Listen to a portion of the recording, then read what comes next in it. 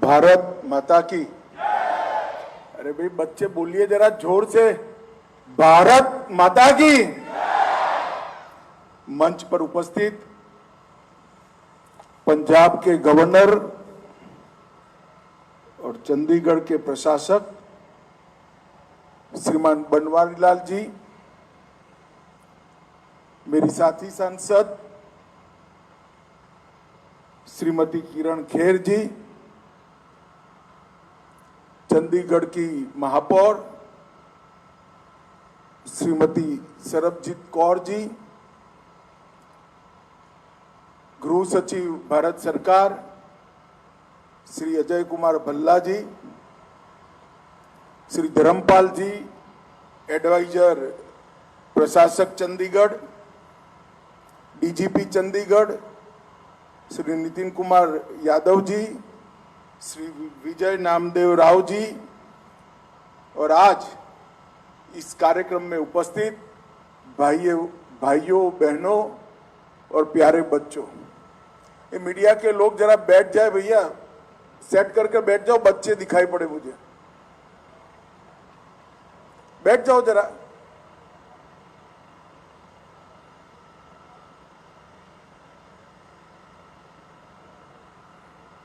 अरे बैठ भी जाओ यार, मैं जिद्दी आदमी हूं, नहीं बोलूंगा तब तक।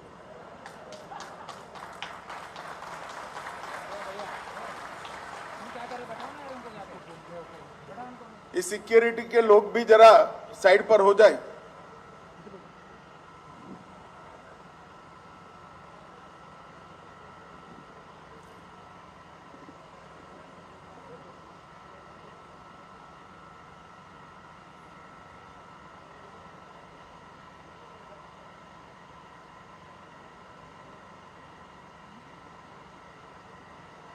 हो गया भाई सेट।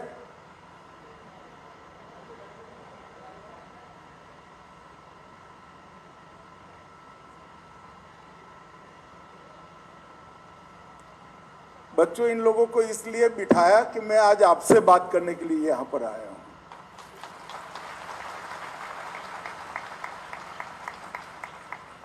बहुत समय से मेरी कॉन्स्टिट्यूएंसी के बाहर मैं स्कूली छात्रों को नहीं मिला हूं, और आज जब यहां पर स्कूल का उद्घाटन करने का पुण्य कार्य मेरे हाथ से हो रहा है, और मुझे अच्छा लग रहा है कि सभी छात्र यहां पर उपस्थित भी है, छात्राएं भी हैं, तो मेरे लिए भी एक मौका है कि मैं आपसे बात करूं। मित्रों, अभी अभी आप सबने भारत के राष्ट्रपति का चुनाव का परिणाम देखा होगा। महामहिम श्रीमती द्रौपदी मुर्मू भारत की राष्ट्रपति बनी है, आप सबको मालूम होगा। मगर ये बात मैं इसलिए कहना चाहता हूं कि श्रीमती द्रौपदी मुर्मू एक ऐसे बैकग्राउंड से आती है, जब उनका जन्म हुआ तब उनके घर में बिजली की लाइट ही नहीं थी। जब उनका जन्म हुआ तब उनके गांव में 5वीं कक्षा से आगे पढ़ाई लिखाई की व्यवस्था ही नहीं थी, और जब उनका जन्म हुआ उस वक्त उनकी पढ़ाई लिखाई इस प्रकार के, जैसा आपका भाग्य है, सीबीएसई के स्कूल में करने की व्यवस्था भी नहीं थी। फिर भी अपने जीवन में लोगों की सेवा का संकल्प कर कर देश के विकास के हित को, लक्ष्य को मन में धरकर सतत परिश्रम करती रही, और आज दुनिया के सबसे बड़े लोकतंत्र की राष्ट्रीय संविधान की संरक्षक बनकर वो राष्ट्रपति बन।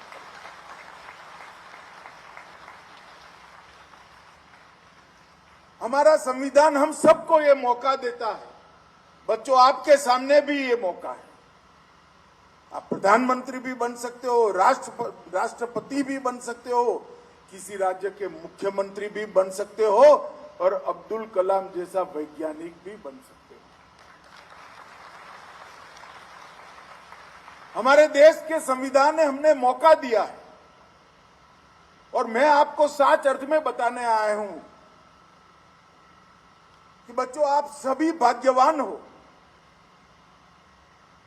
कि राष्ट्रीय शिक्षा नीति 2020 के तहत आपका अभ्यास अब जहां से है वहां से आगे बढ़ने वाला है।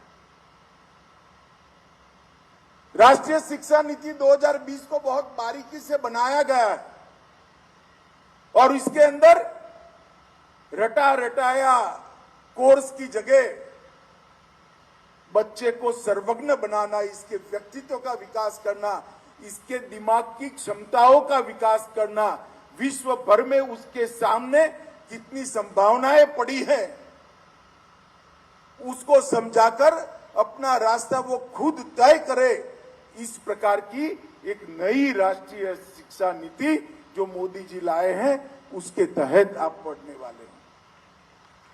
इस साफ अर्थ में अभी आपको मालूम नहीं पड़ेगा, मगर जब आप शिक्षा पूरी कर कर बाहर निकलोगे, मेरी बात को याद रखना, आप लोग भाग्यवान हो कि नई शिक्षा नीति में आप सबका शिक्षा दीक्षा होने वाला है। मगर आज मैं आपको कुछ टिप देना चाहता हूं भाई, सुनोगे ध्यान से? हाथ ऊपर कर कर बोलो, सुनोगे? पक्का सुनोगे? मैं एक संस्कृत के 2 वाक्य बोलने जा रहा हूं, इसको ध्यान से सुनना। कराग्रे वसते लक्ष्मी, कर मध्य सरस्वती, कर मूले तू गोविंद, प्रभाते कर दर्शनम। इसका मतलब क्या है? किसी को लगता है कि ये प्रार्थना है, ना, ये प्रार्थना नहीं है, हर व्यक्ति का संकल्प है। इसमें अंत में कहा है प्रभाते कर दर्शनम। कर मतलब हाथ, सुबह उठकर अपने दोनों हाथ को देखना, देखकर क्या करना? हमारे शास्त्रों में हाथ को परिश्रम का परिचायक कहा है। हम परिश्रम करते हैं तो उसमें हाथ की बहुत महत्वपूर्ण भूमिका होती है। आप पढ़ाई लिखाई करोगे, खेलकूद करोगे, डॉक्टर बनोगे, इंजीनियर बनोगे, हाथ की महत्वपूर्ण भूमिका होती है या नहीं होती है? तो हाथ को प्रतीकात्मक रूप से परिश्रम का प्रतीक माना गया है। अब मैं आगे की लाइन पर आता हूं। कराग्ले लक्ष्मी वसते लक्ष्मी, अगर धन चाहिए तो हाथ के ऊपर के हिस्से में है, मतलब परिश्रम करोगे तो सरलता से प्राप्त हो जाएगा।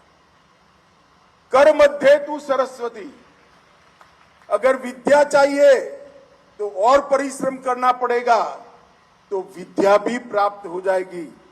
कर मूले तू गोविंद, अगर ईश्वर भी प्राप्त करना है तो वो भी परिश्रम से ही इसकी प्राप्ति हो सकती है, इसके अलावे नहीं।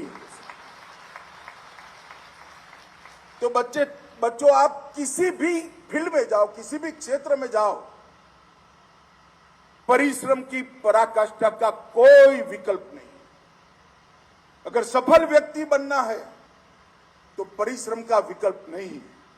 आज से तय कर लेना, हर सुबह अपने दोनों हाथों का दर्शन कर कर, परिश्रम का संकल्प कर कर, अपने लक्ष्य को याद कर कर वो गंतव्य की दिशा में आगे बढ़ना। और जो नित्य दर्शन करेगा, जो नित्य परिश्रम का संकल्प करेगा, उसको कभी कोई पराजित नहीं कर सकता। ये मेरा अनुभव है। अब आप हर रोज परिश्रम करोगे तो सफल आदमी तो बन ही जाओगे, कुछ प्राप्त भी कर लोगे। बहुत सारे लोग बहुत कुछ प्राप्त कर लेते हैं, मगर उनको दुनिया याद करती है क्या? जरा बोलिए, याद करती है? अभी गवर्नर साहब ने भाषण करा तो उसके अंदर महाराणा प्रताप, शिवाजी महाराज, अब्दुल कलाम, नरेंद्र मोदी, यही नाम दिए ना। तो कुछ ही लोगों को दुनिया याद करती है। तो याद रखना, दुनिया हमेशा सफल व्यक्तियों को याद नहीं करती है, बड़े व्यक्तियों को याद करती है। तो परिश्रम से आप सफल व्यक्ति तो बन जाओगे, मगर सफल व्यक्ति से बड़े व्यक्ति कैसे बनना? जो परिश्रम अपने लिए न करे, दूसरों के लिए करे, वो ही बड़े व्यक्ति बनते हैं। स्वामी विवेकानंद को किसी ने पूछा था कि भाई ज्ञान के अनेक प्रकार हैं, अच्छी तबला बजा लेना भी एक प्रकार से कला का ज्ञान है, विज्ञान के क्षेत्र में प्रयोग करना, नया अनुसंधान करना भी ज्ञान है।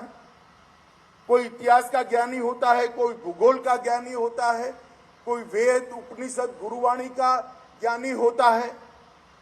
तो सच्चा ज्ञानी कौन है? तो विवेकानंद जी ने हंसते हंसते बहुत सरल जवाब ह्यूस्टन के अंदर दिया था कि जो स्व पर से, खुद पर से, पर दूसरों का विचार करना शुरू कर दे, वो ही ज्ञानी होता है। मित्रों, वो ही बड़ा आदमी बने। सफल व्यक्ति बनने का मूल मंत्र परिश्रम है, और बड़ा व्यक्ति बनने का मूल मंत्र दूसरों की सोचना है। हमने हमेशा ये सोचना चाहिए मित्रों कि हम जीवन में ऐसे व्यक्ति बने, ऐसा व्यक्तित्व हमारा हो कि हमारे बाद भी सालों सालों तक लोग याद करें। महाराजा रणजीत सिंह हो, गुरु गोविंद सिंह जी हो, महात्मा गांधी हो, शिवाजी महाराज हो या राणा प्रताप, सैकड़ों सालों के बाद भी सम्मान के साथ उनका नाम लिया जाता है। हमारी कक्षाओं में उनकी फोटो लगाई जाती है। ये किसी ने अपना जीवन खुद के लिए नहीं जिया था, उन्होंने अपना जीवन दूसरों के लिए जिया। और मित्रों, मैं आज आपको कहने आया हूं कि सफल व्यक्ति बनना बहुत जरूरी है, मगर सफल व्यक्ति बनने के साथ साथ बड़ा व्यक्ति बनने का भी लक्ष्य रखना चाहिए। और ये दो चीजें आप याद कर कर हर रोज सुबह कर दर्शन करोगे, अपने हाथों को देखोगे, तो निश्चित रूप से आपको बड़ा व्यक्ति, सफल व्यक्ति बनने से कोई नहीं रोक सकता। यहां पर बहुत सारे शिक्षक भी बैठे हैं। मैं आप लोगों को भी कुछ कहना चाहता हूं। पहले के जमाने में शिक्षक को गुरु कहते थे। क्यों गुरु कहते थे भाई? शिक्षक को गुरु कहने का क्या मतलब था? और अब लगभग कोई गुरु नहीं कहता, इसका क्या मतलब है? मैं समझाना चाहता हूं। बच्चा जब अभिभावक हमारे पास छोड़कर जाता है, तब उसकी बुद्धि लघु होती है, छोटी होती है, उसकी समझ छोटी होती है, उसका सोचने का दायरा भी छोटा होता है, और उसको अच्छे बुरे की समझ भी इसकी छोटी होती है, लघु होती है। ये लघु को जो गुरु बना दे, वो ही गुरु होता है। इसकी छोटी बुद्धि को, लघु बुद्धि को आप गुरु बनाएंगे, उसकी छोटी समझ को, लघु समझ को आप गुरु बनाएंगे, उसके सोचने के दायरों को लघु से गुरु बनाएंगे, तो ही आप शिक्षक से गुरु बन पाएंगे। अगर आप गुरु शिक्षक है तो हर महीना तनख्वाह तो मिल जाएगी, रिटायरमेंट तक कौन रोक सकता है? सरकार ने कानून बनाया, मिलनी भी चाहिए। आप परिश्रम कर रहे हो, बच्चे को पढ़ाई लिखाई कर रहे हो, मगर कोर्स के बाहर देश की समझ, दुनियादारी की समझ, अच्छे व्यक्ति बनने की समझ, अच्छे नागरिक बनने की समझ अगर हम बच्चों को नहीं देते हैं, तो आप शिक्षक ही रह जाओगे, गुरु नहीं बन जाओगे। जो बच्चा आपके पास आया है, लघु रूप में आया है, उसको गुरु बनाकर बाहर भेजोगे तो तनख्वाह तो मिलेगी ही मिलेगी, बहुत आत्मसंतोष भी मिलेगा, और आत्मसंतोष से बड़ी कोई कमाई कभी पर भी नहीं। और जब तक शिक्षक गुरु नहीं बनता, विद्यार्थी बड़े नागरिक नहीं बनते। मित्रों, मैं इसलिए कह रहा हूं कि मैंने जो कहा है वो सभी नई शिक्षा नीति 2020 के नींव में पड़ा। आप इसको बारीकी से देखोगे तो सारी चीजें शिक्षा नीति के अंदर गर्भित अर्थ से रखी हुई, अलग अलग प्रकार से रखी हुई। और आपके पास जो बच्चा आया है इसके व्यक्तित्व को बड़ा बनाना, उसको बड़ा व्यक्ति बनाना, ये आपका काम है।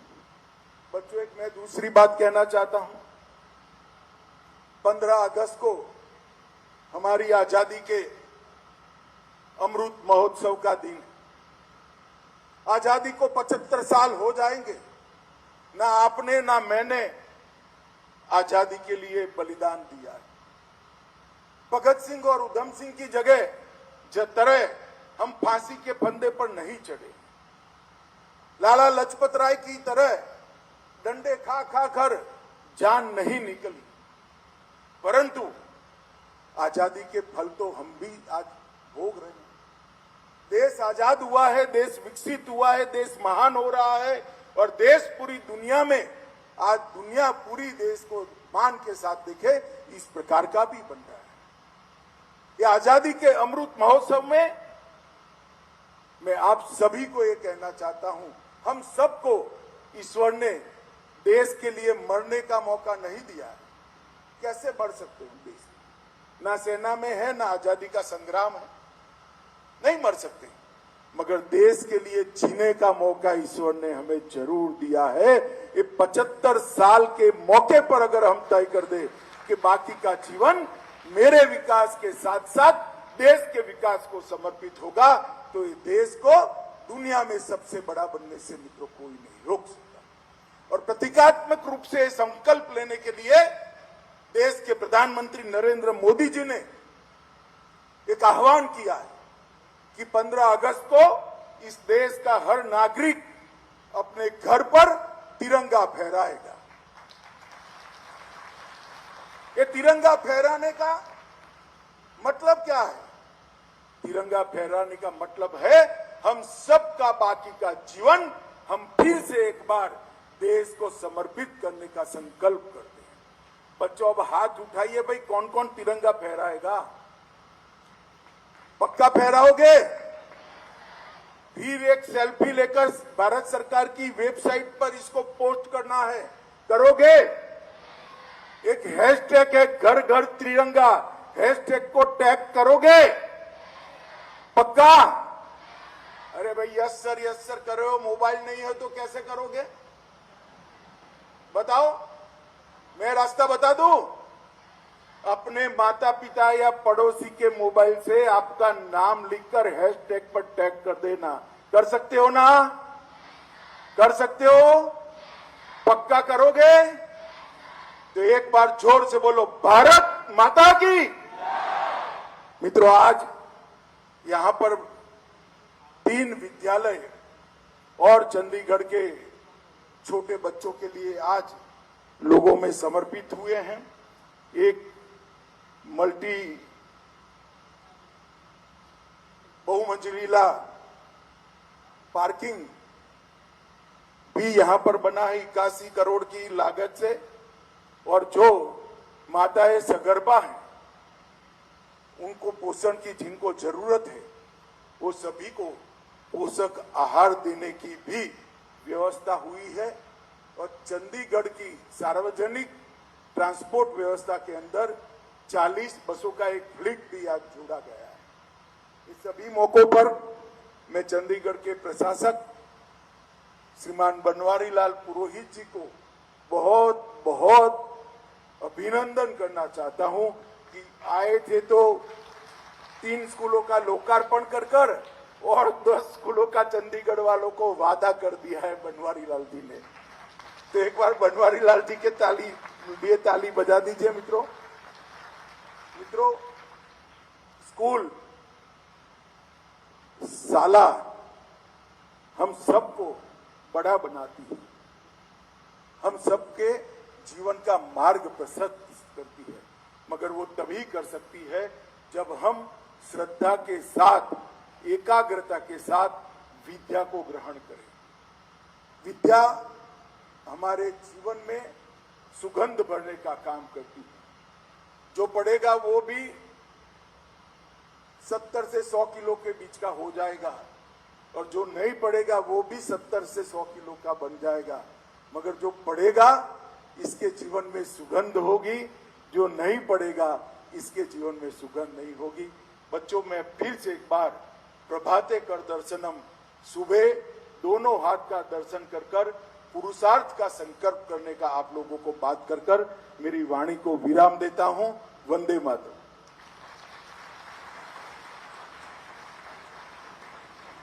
बहुत बहुत शुक्रिया माननीय